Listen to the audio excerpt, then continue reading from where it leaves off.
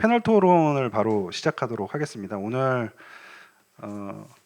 패널로는 그 박희진 아크릴 대표님, 그리고 문형돈 정보통신기획평가원 본부장님, 이미석 고려대 컴퓨터공학과 교수님 이렇게 모셨는데요. 패널 토론은 요지 발표를 한 7분 정도 설명을 해주시고 이후에 질문에 대해서는 플로어 질문 받고 사전 질문 받고 이렇게 진행하겠습니다. 그러면 박희진 아크릴 대표님께서 먼저 발제 부탁드리겠습니다. 발제 토론. 네, 안녕하십니까. 방금 소개받은 주식회사 아크릴의 대표를 맡고 있는 박회진입니다. 먼저 이런 좋은 포럼에 초대해 주신 키스텝 원장님과 관계자분들께 감사하다는 말씀을 먼저 전합니다. 저는 오늘 발제 주제로 인공지능 기술 동향, 특히 이제 2023년, 4년을 바라보는 마켓 리서치들에서 언급하고 있는 사항들을 공통적인 그런 이슈 한 3가지 정도를 같이 공유를 드리고자 합니다. 원래 연초 연말이 되면 뭐 국내 외에 있는 수많은 연구 기관들에 의해서 뭐 다양한 기술 전망들이 발표가 되고 있는데요. 가만히 그걸 들여다보면 굉장히 이제 유사한 방향으로 많은 전문가들이 예측하고 있음을 쉽게 아실 수 있을 겁니다. 그 중에서 일단 저는 AI 민주화, 그리고 생성적 AI, 그리고 지속 가능한 인공지능, 이 3가지에 대해서 좀 말씀을 드려보고자 합니다. 저희들이 요즘에 굉장히 많이 쓰고 있는 말인데요. AI 데모크라타이제이션 이런 말은 기술의 민주화라는 단어를 쓸 때는 보통 한 2가지 정도 측면이 고려가 되는 것 같습니다. 하나는 해당 기술에 대한 더 많은 사람들의 접근성이 확보되어 나가고 있다라는 측면이고, 또 하나는 해당 기술을 이용할 수 있는 기회가 굉장히 늘어났다라는 측면을 말씀드릴 수 있습니다. 그래서 기술에 대한 접근성이 좋아졌다라는 말은 굉장히 숙련된 전문 지식 없이도 기술을 활용할 수 있도록 도와주는 굉장히 다양한 소프트웨어나 서비스들이 많이 만들어지고 있다라는 것이죠. 대표적으로 뭐 로코드, 노코드 뭐 그런 식으로 이제 인공지능 기술 개발을 굉장히 심리스하게 도와줄 수 있는 굉장히 많은 인공지능 플랫폼들의 시장에서의 등장 같은 것들을 좀 말씀드릴 수가 있을 것 같고, 또 핵심이 되는 인공지능 모델들에 대해서도 이제 굉장히 많이 공개가 되어지고 있습니다. 그래서 뭐 지금 화두가 되고 있는 뭐 트랜스포머 기반 모델이라든지 뭐 디퓨전 기반 모델 같은 굉장히 크고 좋은 모델들이 굉장히 많이 공개가 되면서 많은 사람들이 해당 기술을 이용하여 이제 각 사 또는 이제 각 기관들이 보유하고 있는 특정 기술과 접목해서 이제 새로운 가치를 창출할 수 있는 이런 기회들이 굉장히 많아지고 있다라는 측면을 좀 말씀드릴 수가 있고, 두 번째는 이제 제너러티브 인공지능, 제너러티브 AI의 대약진에 대해서 말씀을 드릴 수가 있겠습니다. 전승수 본부장께서 지금 이제 챗 GPT를 비롯한 하이퍼스케일 라지 랭귀지 모델들에 대해서 오늘 말씀을 주셨는데, 제가 기억할 때는 한 2017년 말, 2018년부터 이런 움직임은 시작된 것 같습니다. 그래서 인공지능의 역량을 측정하는 테크니컬 리더보드들에서 이제 기준이 되는 인간의 베이스라인 캐퍼빌리티를 훌쩍훌쩍 뛰어넘는, 그것도 굉장히 빠른 속도로 그런 인공지능 모델들이 2018년부터 이제 출현을 하기 시작했죠. 아마 버트가 시작이 됐던 걸로 저는 기억을 하고 있습니다. 그래서 지금 대부분의 데이터 모달리티들, 뭐 텍스트나 이미지나 뭐 오디오나 모두 지금 휴먼 베이스라인을 이미 넘었고, GPT-3 같은 경우는 기존에 있는 테크니컬 리더보드로 측정하는 것이 무의미하여 얘를 측정하기 위한 측정 방법에 대한 논문이 별도로 이제 공개가 됐죠. 그래서 석학들로부터 문제를 수집하여 문제를 정제해서 14,000여 정도 되는 문제를 만들어서 테스트하는 아주 이제 새로운 방법을 쓰고 있다라고 볼 수가 있고, 이 제너러티브 인공지능은 뭐 사실은 말씀드릴 게 이제 굉장히 많습니다. 오늘만 해도 굉장히 특별한 날인 게, 오전에는 오픈 AI LP의 실질적 지배자인 MS가 빙이랑 결합한 그 새로운 대화형 검색 엔진을 공개를 했죠. 유튜브 브로드캐스팅은 오후에 있는 걸로 알고 있고요. 그리고 오늘 10시 반에는 밤 10시 반 한국 시간으로 구글에서는 저기 바드라는 그 2021년 그 I/O 컨퍼런스에서 발표한 람다 기반의 이제 챗 GPT 대항마를 오늘 이제 발표를 합니다. 유튜브로. 람다는 뭐 다들 아시겠지만 챗 GPT랑은 다르게 페르소나를 그 프로그래밍 할 수 있는 랭귀지 모델입니다. 그래서 그 2021년 그 구글 컨퍼런스에서는 CEO인 순다 피차이가 스스로를 명왕성으로 학습한 람다와 대화하는 그런 아주 재밌는 그런 시연을 했었죠. 그리고 뭐 이런 식으로 그 일종의 이제 자각을 갖는 것 같은 미믹 효과를 낼 수 있다라는 게 지금 람다에 대해서 사람들이 많이 기대하는 바이고, 챗 GPT는 사실은 공개 자체가 굉장히 대담한 결정이었다고 보여지는데, 람다는 챗 GPT와는 달리 좀 민감한 이슈들에 대해서 회피 능력이 어느 정도 있을지에 대한 전문가들의 관심도 지금 상당히 높은 것으로 알고 있습니다.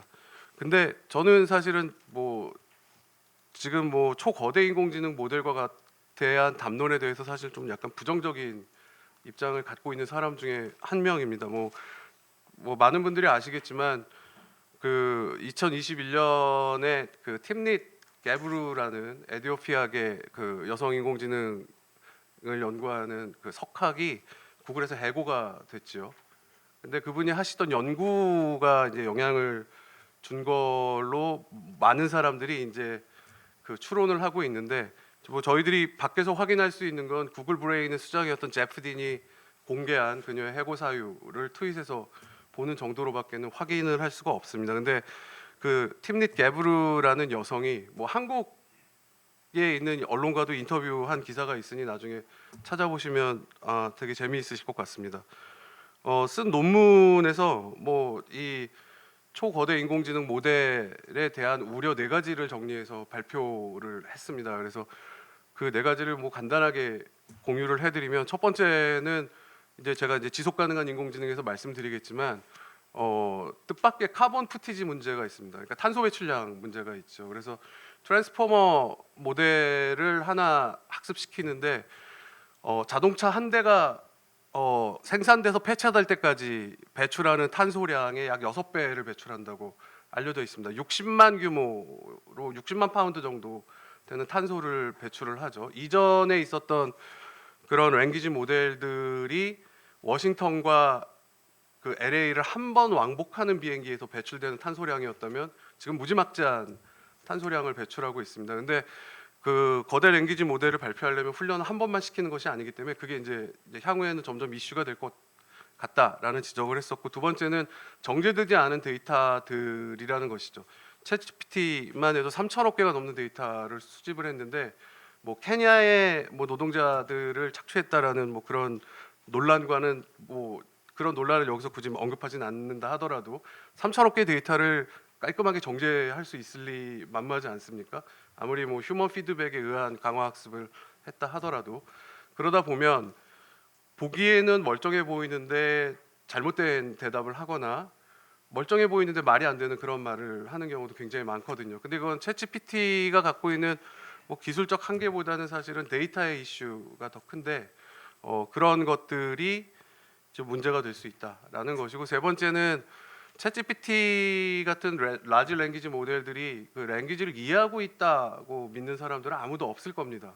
그러니까 굉장히 이제 대규모 데이터와 대규모 인프라를 동원한 이제 랭귀지 모델 또는 하이퍼스케일 인공지능 모델 전쟁에 이제 빅테크들이 계속 돈을 쏟고 있다 보니 본질적인 연구들이 소외가 되고 그런 어떤 그 R&D에서의 어떤 편향성 같은 것들을 굉장히 우려를 했죠.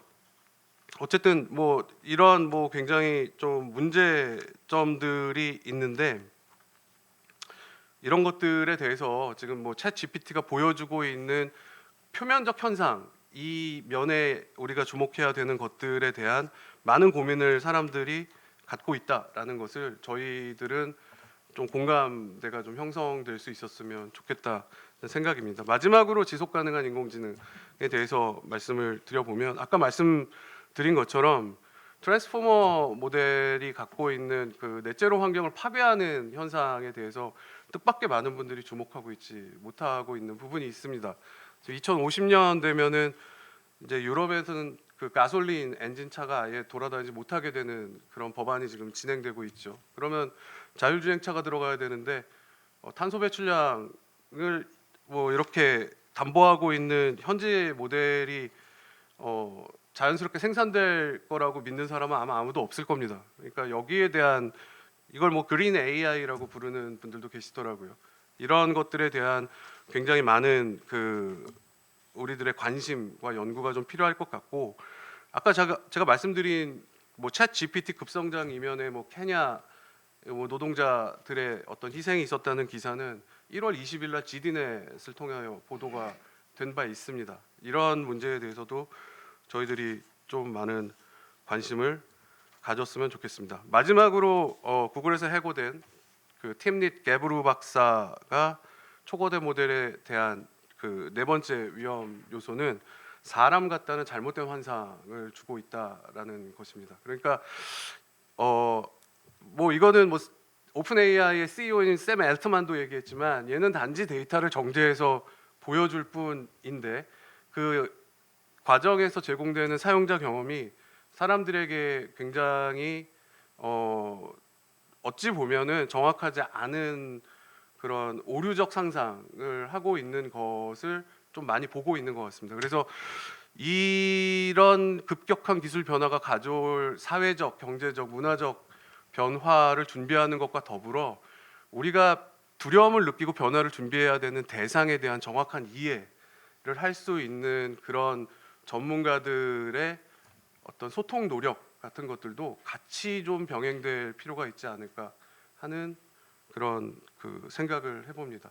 좀 길게 말씀드린 것 같아서 죄송합니다. 저는 여기까지 말씀드리겠습니다. 예, 박여진 대표님 그 말씀 감사하고요.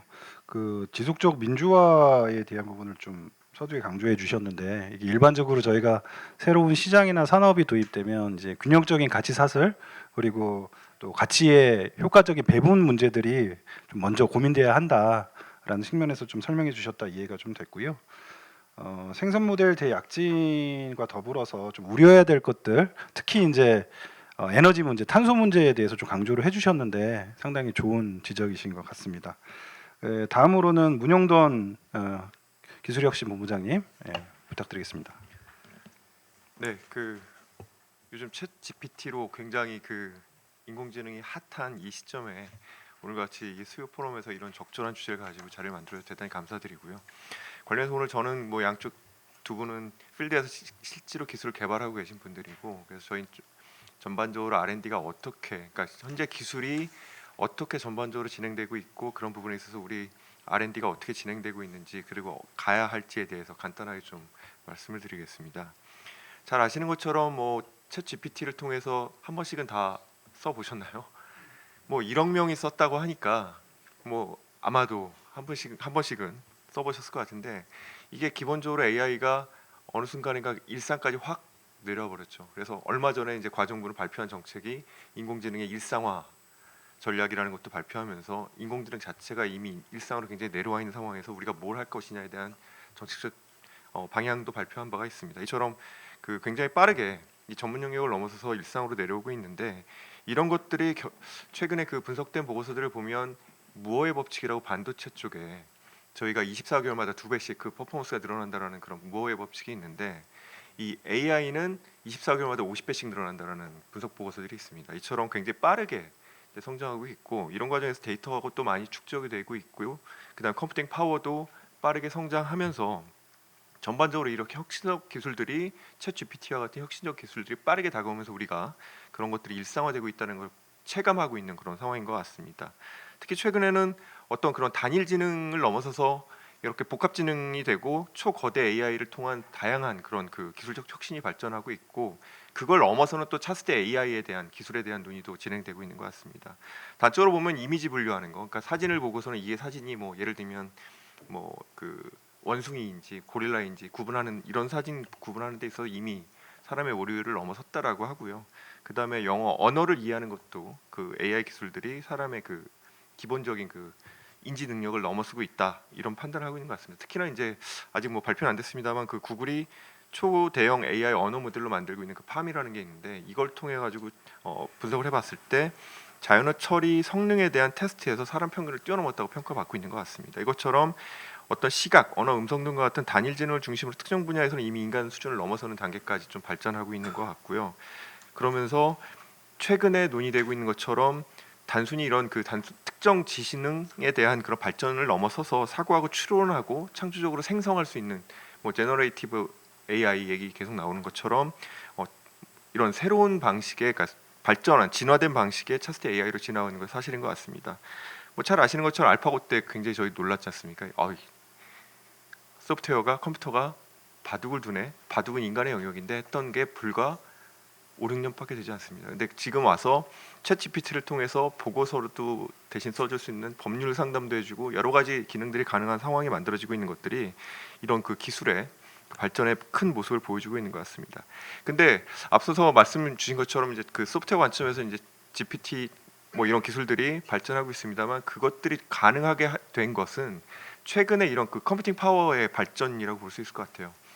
그 뭐 뒤에서 잠깐 말씀드리겠습니다만 어떤 소프트웨어 그러니까 그 AI의 발전 축이 데이터, 그다음에 알고리즘, 그다음에 컴퓨팅 파워 이 세 가지 축으로 이제 발전한다고 보는데 트랜스포머 같은 그 기술이 공개되면서 알고리즘의 발전은 당분간 없을 그러니까 패러다임의 변화, 큰 변화는 당분간 빠르게 진행되지 않을 것이다라는 전망이 일반적인 지금 전망들인 것 같습니다. 어제도 이 챗 GPT 때문에 이 그 인공지능 개발하시는 그 개발 연구 책임자분들과 미팅을 했었는데 그분들 말씀이 알고리즘은 이제 굉장히 많이 공유돼 있어서 물론 거기서 계속 미세하게 파생되는 연구들은 진행됩니다만 그런 것들이 조금 진화는 좀 당분간은 둔화되지 않을까 하는 예상을 하고 있고 그런 과정에서 그러면 그 다음에 패러다임이 뭐냐 결국엔 컴퓨팅 파워 쪽이 굉장히 중요해질 것이다라고 얘기하고 현재 구글과 MS와 네이버의 차이는 결국에는 데이터 센터의 차이일 거다. 그리고 그것들이 학습할 수 있는 역량의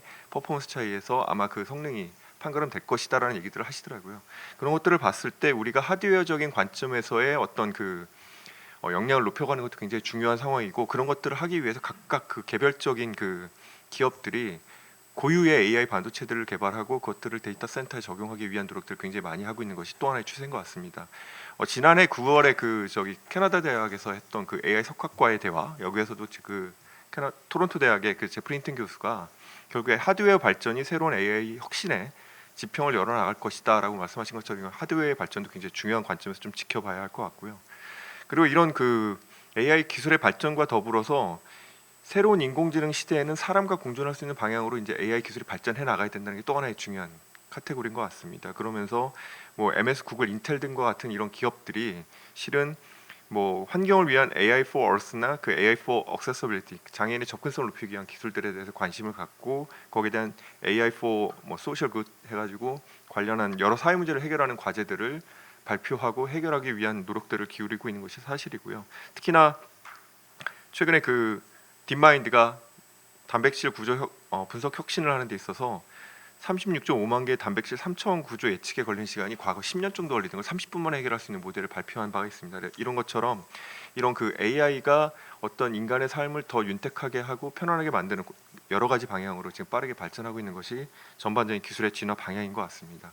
그럼 이런 상황에서 우리가 어느 정도 수준인지 좀 한번 살펴봤습니다. 보니까 저희가 17년 기준으로 기술 격차 수준이 한 78% 정도, 그러니까 선진국 미국 탑을 봤을 때 78% 수준이었는데 21년 기준으로 보면 저희가 89.1% 수준까지 뭐 생각보다 빠르게 그 회복 그 기술력 우려했던 것보다는 빠르게 그 기술력을 확보해 나가고 있고요. 그런 과정에서 논문이라든가 특허 경쟁력도 굉장히 높은 수준을 유지하고 있는 것을 볼 수 있습니다. 그리고 그 민간 기업들에 대한 R&D 투자들도 굉장히 빨리 늘어나고 있어서 그 AI 스타트업 투자 같은 경우에는 연평균 한 120%씩 성장하는 그런 규모로 우리 민간의 R&D 역량도 높여 나가고 있는 과정이 있는 것 같습니다. 그러면 이제 우리 그 기업들의 R&D는 좀 어떻게 되고 있는지 잠깐만 살펴보면 대기업 같은 경우에는 뭐 지금 그 하이퍼클로바라든가 뭐 많이 들어오셨을 겁니다. 엑사원이라든가 이런 그 초거대 AI 기술 개발에 굉장히 중점적으로 노력을 하고 있고 관련한 비즈니스를 만들고 그것을 위한 뭐 연구소의 설립과 인력 확보를 위해서 대단히 노력 중이고 우리 중소 스타트업들은 약간 좀 방향이 다릅니다. 그래서 이 초거대 AI 쪽을 활용하든 아니면 그 특정 산업에 접목시켜서 도메인에 특화된 그 익스퍼트들과 접목해서 도메인에 특화된 기술 개발에 지금 치중하고 있고요. 그래서 의료 헬스케어 분야라든가 그 제조, 미디어 콘텐츠 분야 이런 거 같은 어떤 특정 산업에 대한 그 기술 개발을 집중하고 있는 것이 조금 그 차이가 있다 이렇게 말씀드릴 수 있을 것 같습니다. 그럼 앞으로 이제 이런 것들을 고려했을 때 우리가 인공지능 발전 기술 개발을 어느 쪽으로 좀 추진해야 될 것이냐에 대해서 좀 고민해 보면 결국에는 그동안 우리가 알파고 이후에 2017년 뭐 이후에 계속 지속적으로 투자해왔던 부분들이 어느 정도 이제 기반은 조금씩 갖춰져 나가고 있는 예전과 같은 불모지는 아니라는 거죠. 그런 것들이 실은 산업적 확산, 기술적 확산 아니면 공공적 확산이 이루어질 수 있는 그런 환경을 만들어 가야 되겠다. 이런 것들이 좀 중요한 이슈가 될 것 같고요. 그래서 성과를 만들기 위해서 다양한 그 경쟁 환경 속에서의 그 기술 개발 그러니까 방향을 좀 잡고 추진해 나가야 할 것 같습니다. 그런 관점에서 지금 현재 그 저희가 그 추진하고 있는 인공지능에 대한 기술 개발 현황과 앞으로 이제 발전 방향에 대해서 좀 간단히 말씀드리자면 앞으로 그 AI에 대한 그 R&D 투자의 큰 방향은 그 현 인공지능의 기술적 한계를 극복해서 적용 범위와 신뢰성을 확장하는 것이 또 하나 중요한 방향이 될 것 같고요. 또한 이런 그 인공지능을 이용해서 산업과 공공의 난제를 해결할 국가 전반에 이제 그 혁신을 가져오는 방향으로 투자가 진행될 예정입니다. 그래서 기초 기술과 관련해서는 뭐 초거대 AI라든가 차세대 AI 기술을 선도적으로 이제 개발을 해야 하는데 일단은 인공지능이 당면한 한계를 극복하기 위한 기술 개발을 하는 것 그리고 그 차세대 기술로서 인지학습 추론이 가능한 사람처럼 인지학습 추론이 가능한 그런 범용 인공지능 기술 개발에도 도전하는 체계를 추진할 계획입니다. 그래서 이런 것들에 전반적으로 한 뭐 3천억, 뭐 2,600억 정도의 예타도 준비하고 있고 관련 과제들이 좀 진행 중에 있습니다. 그리고 앞서 말씀드린 것처럼 하드웨어 컴퓨팅에 대한 개발도 굉장히 중요한 이슈가 되고 있기 때문에 관련해서 그 AI 반도체 기술 개발 지금 굉장히 중점적으로 추진하고 있고요. 이런 반도체 개발에 초고속, 초저전력 앞서서 그 지속 가능한 그 AI 기술에 대한 말씀을 하셨습니다만 그런 부분에 있어서 초고속, 초전력화에 대한 AI 반도체 기술 개발이 진행될 거고 NPU라든가 PIM과 같은 반도체에 앞으로 26년까지 총 한 1조 원 정도가 투입될 계획입니다. 그리고 이런 그 이종 접합 기술이라고 해서 반도체가 이제 차세대 기술을 넘어가는데 굉장히 또 중요한 기술들이 있는데 관련 기술 개발에도 예산이 투입될 예정이고요. 이와 더불어서 이 AI 반도체가 개발되고 나서 그러니까 앞서서 말씀드린 것처럼 그 이런 인공지능 컴퓨팅이 굉장히 중요한 상황에서 이런 반도체 기술이 개발되고 그것들이 적용되고 그다음에 확산돼서 컴퓨팅 전체적인 파워를 높여주기 위한 그런 기반 마련도 필요해서 그 AI 기반의 어떤 그런 그 AI 반도체 기반의 그런 클라우드 산업 기술을 개발하고 관련 산업을 육성하기 위한 전략적 대응도 지금 고민 중에 있습니다. 이것과 더불어서 앞서서 말씀드린 것처럼 AI의 사회적 가치, 그다음에 공공의 목적 실현을 위해서 민간 주도로 다양한 그런 난제 해결을 위한 그런 R&D도 진행할 계획이고 그런 이런 과정에서 그 첨단 원천 기술 개발이라든가 임무지향적인 AI 혁신 기술을 개발하는 것들에 대해서 관심을 갖고 투입해 나갈 계획입니다. 다만 이런 기술 개발하는 데 있어서 우리가 상대적으로 그 해외 그 선도국들에 비해서 이런 그 생태계라든가 협력 네트워크가 좀 부족한 것이 그러니까 전체적인 그 역량이 상대적으로 취약한 것이 사실이기 때문에 그것들을 잘 묶어주고 연계 협력할 수 있는 방안을 만드는 것이 굉장히 중요하기 때문에 그런 것들을 잘 엮어주기 위해서 현재 연구 거점들이 되고 있는 대학이라든가 대학원들에 대한 그 협력 지원 체계를 만들고 그다음 지역도 거점화해서 관련 내용들을 강화시켜 나가는 방안들에 대해서 고민 중입니다. 그리고 뭐 그런 것들에 대한 전반적인 이 AI R&D라는 특성을 좀 고려한 여러 가지 이제 기획 평가 방식이라든가 기획 방식이라든가 평가 방식도 좀 바꿔 나가면서 실은 그 뭐 피어 리뷰라든가 이런 걸 통해서 뭐가 필요한지를 스스로 판단해서 과제를 기획하는 방안들을 고민하고 뭐 종류 평가라든가 이런 것도 우리 흔히 하는 그런 관리 체계라기보다는 공개 토론을 통해서 이게 제대로 나아가고 있는지에 대해서 판단할 수 있는 그런 체계로 전체 AI 그 R&D 관리 체계도 좀 바꿔 나가고자 하는 것이 큰 방향입니다. 그리고 뭐 그런 것들에 대한 전반적인 그 이 AI R&D라는 특성을 좀 고려한 여러 가지 이제 기획 평가 방식이라든가 기획 방식이라든가 평가 방식도 좀 바꿔 나가면서 실은 그 뭐 피어 리뷰라든가 이런 걸 통해서 과제를 기획하는 방안들을 고민하고 뭐 종류 평가라든가 이런 것도 우리 흔히 하는 그런 관리 체계라기보다는 공개 토론을 통해서 이게 제대로 나아가고 있는지에 대해서 판단할 수 있는 그런 체계로 전체 AI 그 R&D 관리 체계도 좀 바꿔 나가고자 하는 것이 큰 방향입니다. 뭐 장황하게 말씀드렸습니다만 기본적으로 현재 앞서서 말씀드린 것처럼 데이터와 컴퓨팅 알고리즘이라는 큰 세 개 축에서 AI의 발전이 가속화돼야 되는 거고, 그런 과정에서 우리가 현재까지 이 챗 GPT에서 놀라고 있는 것들이 실은 그 오픈 AI의 실질적 지배 구조가 MS로 넘어가 있는 상황이고, 이 MS가 이걸 왜 투자했을까라고 본다면 이런 것들이 자기네가 갖고 있는 애저 서비스, 그러니까 클라우드 컴퓨팅 환경을 구축해서 그걸 가지고 서비스를 하고 거기 안에서 노하우를 축적하고 그것이 새로운 비즈니스로 만들어지고, 그다음 또 하나가 MS 오피스라는 거에 챗GPT 같은 기능을 넣어서 보고서를 만들고 어떤 그 엑셀을 쉽게 만들고 파워포인트를 만드는 쉽게 만드는 이런 구조를 만들어 나가는 데 있어서 이런 그 어떤 그 대규모 초거대 AI를 활용하겠다는 의지, 그리고 클라우드 컴퓨터에 대한 노하우, 그러니까 운영에 대한 노하우 이런 것들을 확보하겠다는 의지, 이런 것들이 잘 결합된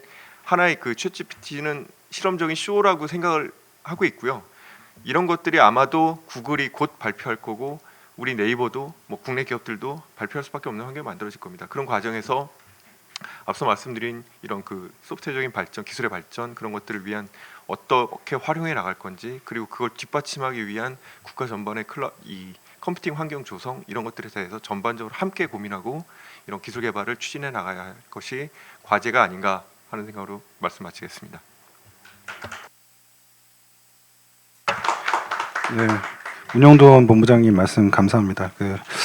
굉장히 그 연구개발 현황과 이슈에 대해서 전반적으로 다 좀 설명을 해주셨는데, 좀 이제 인상적으로 기억되는 거는 앞으로는 이제 알고리즘보다는 하드웨어에 대한 의존성, 또 하드웨어에 의한 발전이 예상된다라는 부분, 또 그리고 앞에서 설명을 못 드렸지만 이제 AI 칩 반도체 같이 고효율 저전력과 관련된 처음에 그 박예진 대표님이 지적해 주신 탄소 배출 이런 문제랑도 연관이 될 텐데요.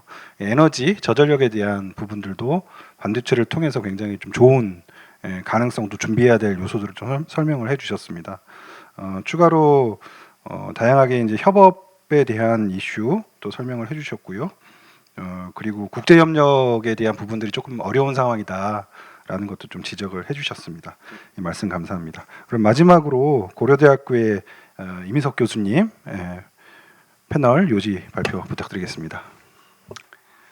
네, 안녕하세요. 고려대학교 컴퓨터학과에 있는 이민석 교수입니다. 개인적으로 저는 1997년도에 자연어 처리로 학위를 받았습니다. 그 당시에 제가 공부를 할 때 자연어 처리 전공한다라고 하면 꼭 2번을 설명해야 되더라고요. 왜냐하면 사람들이 자연어 처리가 뭔지를 몰라서요. 그래서 제가 학위를 하고 나오면서 내가 이걸 해서 앞으로 미래에 대해서 어떤 보장이 될까라고 이렇게 의문을 품고 또 걱정도 하고 했었는데, 요즘은 이제 자연어 처리에 대한 2번 설명이 필요 없어서 아주 좀 편해진 것 같고요. 특별히 또 자연어 처리의 연구 분야 중에 하나인 대화 그리고 질의응답 시스템에 대한 챗 GPT가 전 세계적으로 워낙에 회자가 되다 보니까 아주 기쁘게 연구하고 있는 사람 중에 한 사람입니다. 근데 그렇게 이제 자연어 처리 기술 그리고 그 인공지능 기술이 발전하다 보니까 아까 어떤 분께서도 말씀하셨지만 기술에 대한 과도한 이런 기대 또는 막연한 부정적인 생각들 뭐 이런 것들을 좀 하시는 분들이 있으신데요. 그거에 대한 우리가 올바른 좀 스탠스를 잡아야 되지 않나라는 생각이 됩니다.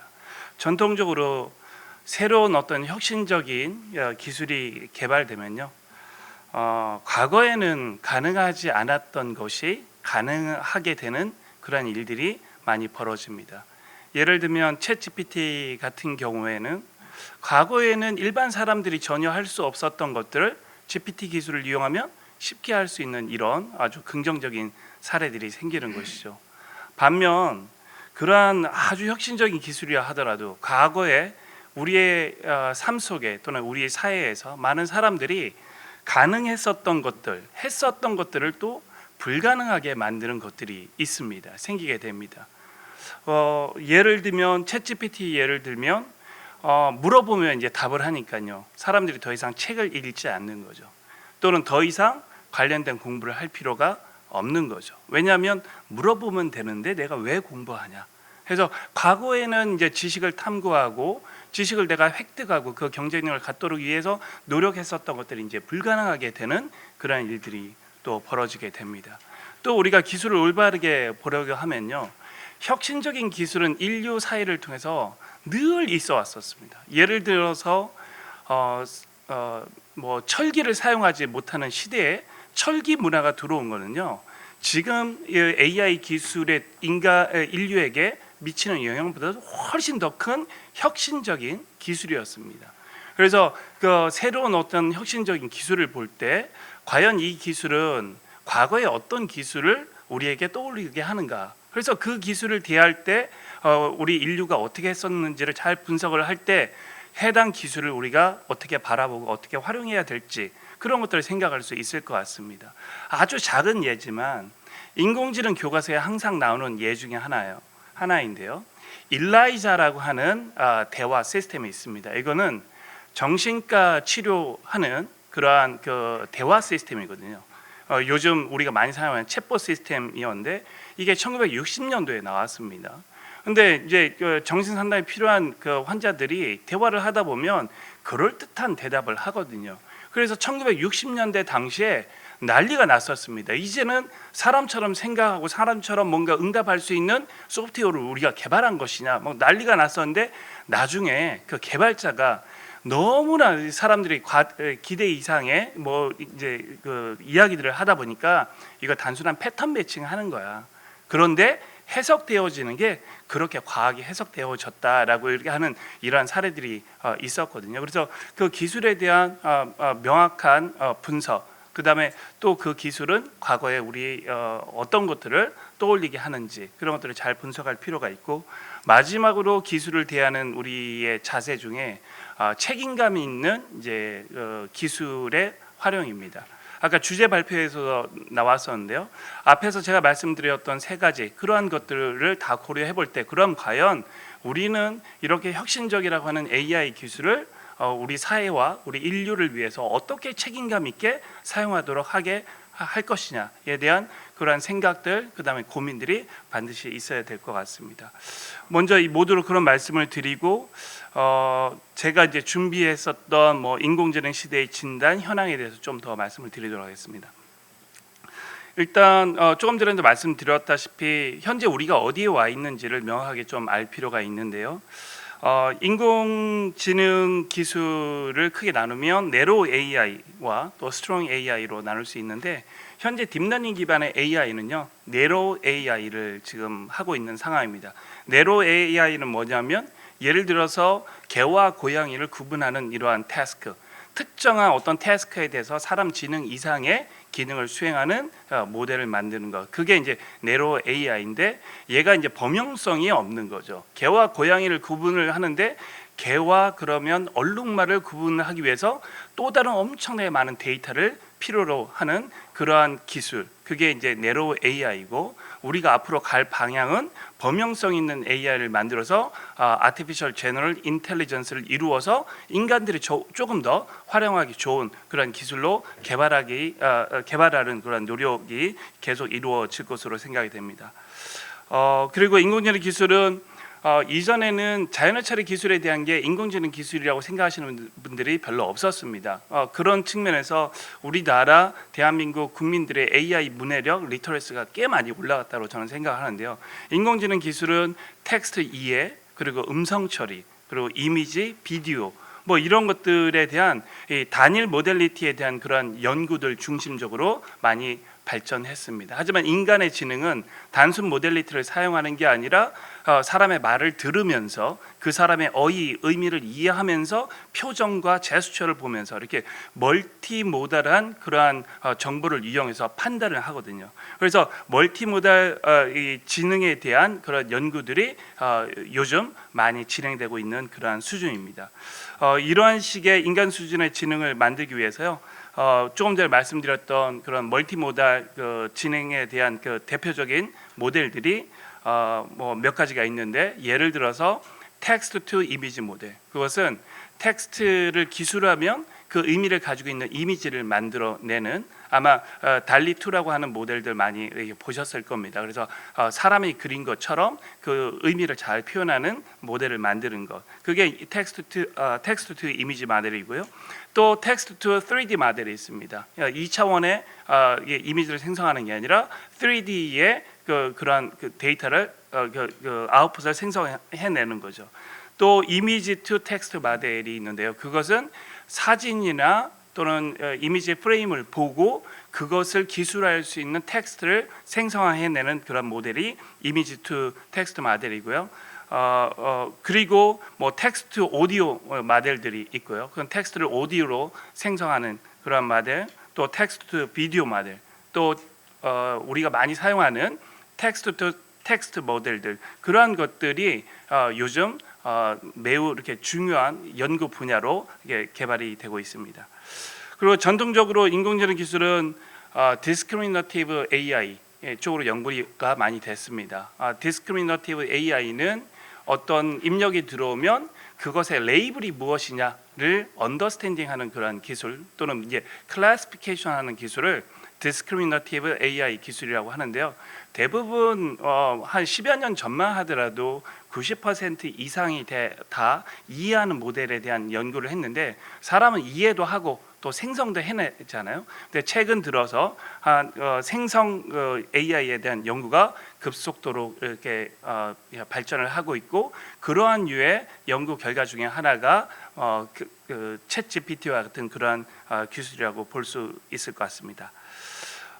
다음은 뭐 짧게, 사실은 이런 이야기를 하려고 하면 뭐 몇 시간이고도 이야기를 계속 할 수 있을 것 같은데요.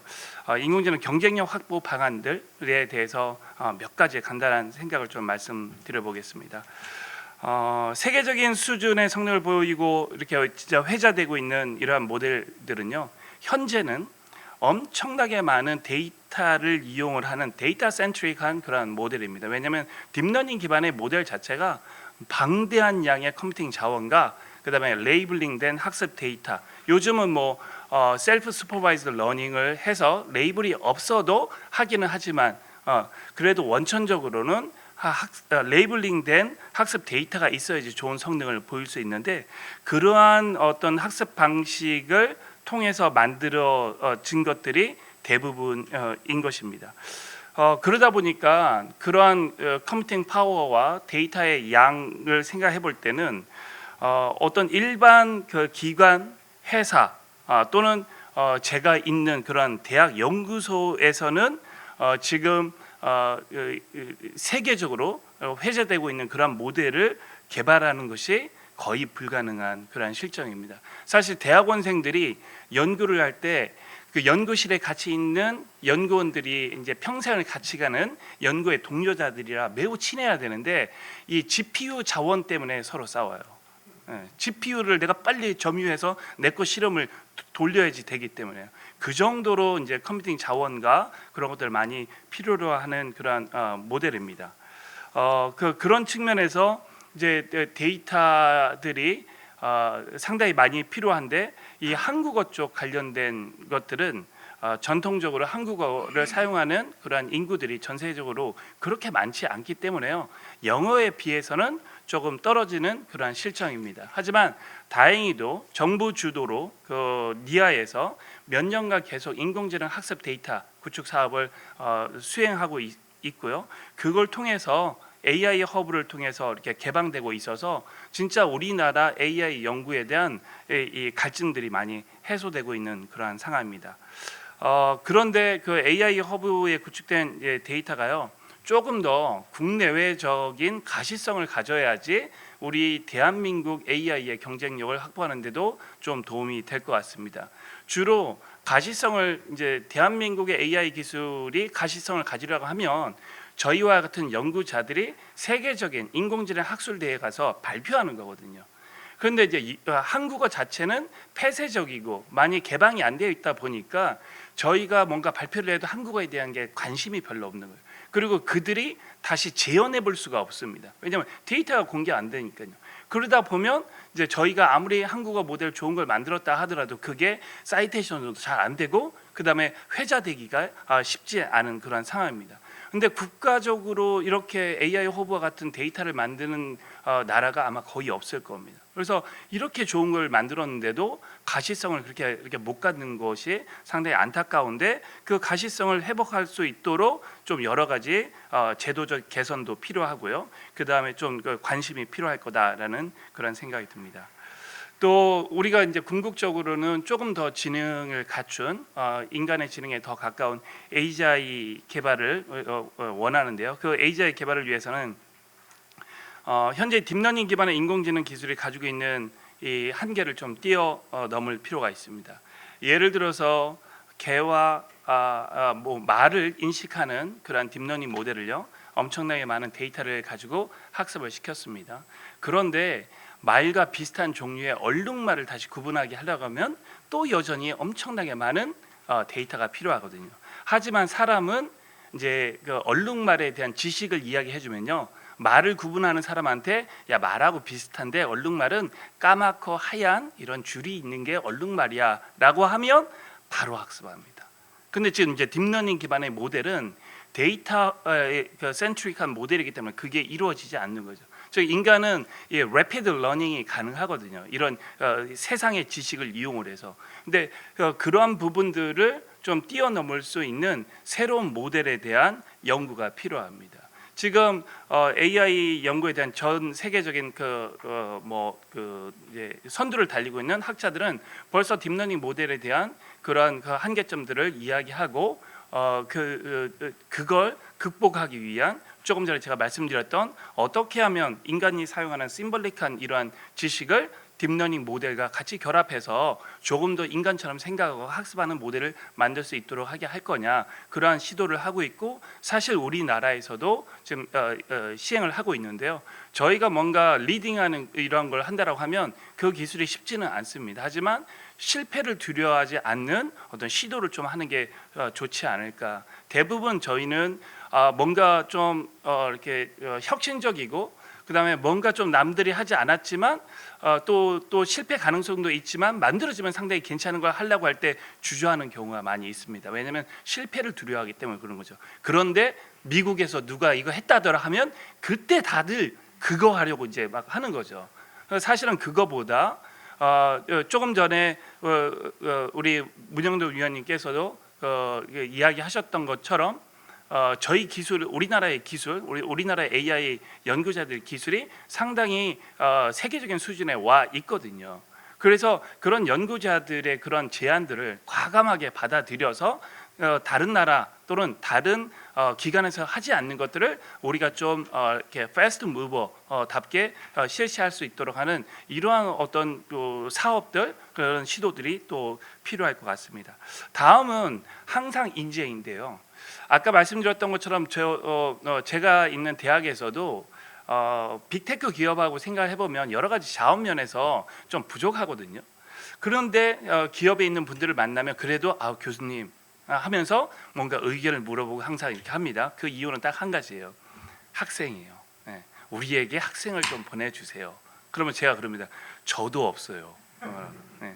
그래서 그 인재들에 대한 확보가 상당히 중요한데요. 특별히 이제 대학원생들이 이렇게 하다가 국 문제 때문에 이렇게 많이 이렇게 중단이 되는 경우들이 많이 있는데요. 그런 것들이 좀 없도록 하는 제도들이 좀 더 많이 활성화되고 또 인원도 좀 증가시킬 필요가 있지 않나라는 그런 생각이 들고요. 또 이제 AI 기술은 민간 기업뿐만 아니라 정부에서도 하고 많은 이 기관에서도 하고 있지 않습니까? 그런데 빅테크 기업 같이 이렇게 잘 대우를 해줄 수 없잖아요. 근데 요즘 MZ 세대들은 복지와 그다음에 내가 얼마나 돈을 받느냐, 이게 진짜 중요한 거거든요. 그러다 보니 당연히 고액 연봉을 주는 기업으로 갈 수밖에 없는데, 그런데 정부 조직에서나 공기업에서나 또는 연구기관에서나 또는 대학에서 훌륭한 인재들이 필요하지 않습니까? 근데 더 이상 우리가 이런 명분이 있잖아, 우리가 또 나라를 위해서 이렇게 해야 되잖아, 그거 가지고 설득하기는 어려울 것 같고요. 그들에게 맞는 고급 인공지능 인재에게 맞는 그러한 이 어떤 대우와 그리고 명확한 어떤 어드밴티지를 주어서 유인할 수 있도록 하는 것들이 좀 파급적으로 만들어져야 될 것 같은데, 오늘 아침에 제가 뉴스를 보니까 우리 대통령께서도 공기업이나 이런 데서도 파급적 뭐 성과를 이렇게 해주는 이런 거 한번 만들어 봐라라고 하셨다고 하는데, 그 소식을 듣고 이런 것들이 좀 가능하지 않을까라고 좀 기대를 해보았습니다. 네, 이상으로 마치겠습니다. 예, 이민석 교수님 패널 요지의 말씀 감사드리고요. 일단 AI 연구 동향과 환경에 대해서 그리고 앞으로의 지향점에 대해서 좀 종합적으로 설명을 해주셨습니다. 그래서 서두에 뭐 기술적 진보에 따른 경제사회적 문화적인 변화에 대해서 저희가 좀 합리적인 인식과 수용성이 좀 필요하다라고 좀 강조를 해주셨고, 또 AI를 활용하고 연구하는 쪽에서의 어떤 책임감의 중요성도 같이 강조를 해주셨습니다. 앞으로 연구 방향에 있어서는 결국 이제 범용적인 AI 연구가 주류를 이룰 거고, 그 세부적인 기술적으로는 멀티모달과 같이 여러 가지 데이터 유형을 종합적으로 활용하고 해석할 수 있는 그런 인퍼런스 기능이 있는 AI 연구가 주류일 것이다 얘기를 해주셨고요. 조금 이제 좀 강조해 주셨던 부분이 언어적인 한글이라는 언어적 저희 한계, 데이터 양의 한계 이런 걸 좀 지적을 해주셨고, 데이터 센트릭, 또 하드웨어 디펜던트한 이런 특수성들을 반드시 고려해야 된다 얘기를 해주셨습니다. 앞으로 연구에 있어서 도전 혁신적인 전략적인 연구가 필요하고, 특히 이제 인재 확보와 양성, 또 인재들이 민간 기업이나 시장으로 선순환될 수 있도록 그런 대우, 또 파격적인 뭐 어떤 조건들이 같이 형성돼야 된다라는 부분 설명해 주셨습니다.